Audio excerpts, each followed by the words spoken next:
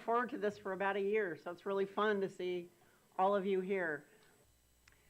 So, the sector snapshot, how many of you participated in the many, many surveys that we ask you to complete? Part of that informs our work. I know it's a hassle, and we get probably surveyed to death at this point, but for us it helps us figure out what you need, what you want, and how we can address it.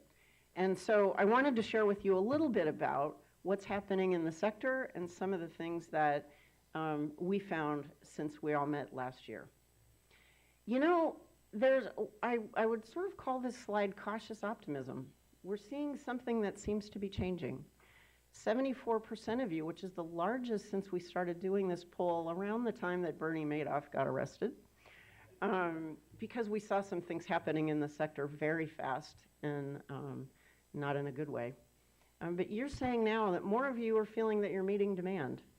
Part of it is you're beginning to hire staff, not all full-time, some part-time, leveraging volunteers, a more focused effort on fundraising, and a little bit of new programming.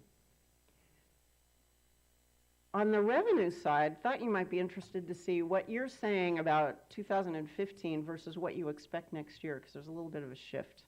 You know, the individual support seems to be going better, and getting old donors back seems to work when you tell a good story, when you have results, and when you package and market. So communication and outreach is becoming more important. That fee-for-service model that we've been talking about for a little while is starting to take hold. The really great thing about that is it starts to create that more diversified portfolio, which is what we've found matters for healthy, sustainable organizations, so you're not vulnerable if one funder changes their minds. And you're saying that government is coming back. And what we heard from the Milken folks when we did our economic outlook is, you know, as jobs are coming back, as the stock market's coming back, Sacramento's happy. The unhappy part is that we're relying on the tech sector a lot here in California, and those jobs don't always trickle down. In 2016, you're saying you're optimistic about interest from endowments and investments. That makes Carl happy from the bank. Membership and fees, and then social enterprise and new ventures. I thought it might be interesting for you to see what's happening with reserves. Even though only 36% are saying that you have 6 months in reserves, that's the largest we've seen in the last 5 years. So it's starting to grow. I know it doesn't sound like a lot because we're not over 50%, but the 49% that are getting in that 2 to 6 month window, and then the 36% that are still just living day to day. Thought you'd be curious what you said about board performance, because one of the things that we all hear from all of you is, I wish my board would most often raise money. But what we're also seeing is, in some cases, some of the grades are going up, so we have to give them credit that they're making progress as we hit the end of the school year. They've pretty much over the last 2 years been pretty strong on the understand mission and getting better at finance and tracking. You'll notice at the bottom, the things that really haven't changed yet are any sort of planning for the future, considering advocacy, and some of that skill development that we know will matter to bring stronger boards together. In the middle of the pack, though, what we're also seeing is that if you, as EDs, really looked to your board as a thought partner, they start to feel like they matter. They start to see how they fit. And we're starting to see some optimism there with organizations doing better. Anybody surprised by these grades? Yes? No? Kind of? All right, so for next year, you're saying, which has been kind of a growing trend, that you're going to be pursuing different sources of funding. We can hope that we have more engaged board members. That always shows up on our poll. It just shifts from year to year. And I promise you, I didn't add this. You guys said this, that you actually have time and brain space for capacity building next year. So within all of that, there's an awful lot of chatter about what we should be doing, how we should be doing it, what's changing, what's not.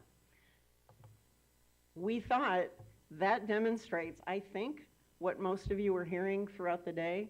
Make payroll, make a difference, make an impact, motivate your staff, get along with your board, measure your results, cover full costs, lots of other things, right? But within that economic and political reality, we need to think about how we're getting results. And are we doing enough? Most of us, I think, feel that we've packed our day and there's just not one more thing we can do. But the idea is maybe we don't have to do it alone. I'd say to you in the nonprofit community in Los Angeles County is you're enormously important. You represent the grassroots. You're touching every single tender, sensitive problem people have. Education, poverty, childcare, healthcare, you name it. You're involved across the board, but what you have to understand is you're an army. 250,000 strong, 33,000 organizations. There are some issues around which you can unite. Each one of you has your own silo. Each one of you has your own issue to pursue. But you need to unite about big issues. Anybody recognize Hedrick? He came out here to our conference a couple of years ago. He is a Pulitzer Prize winning author, New York Times reporter, been at in the Washington Bureau for, I guess, 30 years. And after he wrote his book, he started traveling the country, and we asked him, the book was called Who Stole the American Dream? And what he told us is that there was a series of decisions over 30 years. You can blame the Republicans and the Democrats pretty equally, and all of us for letting it happen. But since he visited us, he's been traveling the country talking, and he said an awful lot of great things are happening, and we're just not hearing about it. But one of the things, he came out this spring to visit with us and talk about what he's seeing, and what he said is he's inspired by LA. And then he reminded me that we have that army and we need to get a seat at the table. So with all these issues that you're all dealing with, we thought it might be a great time to take a minute and imagine what you might accomplish if you could just suspend reality. Imagine the possibilities.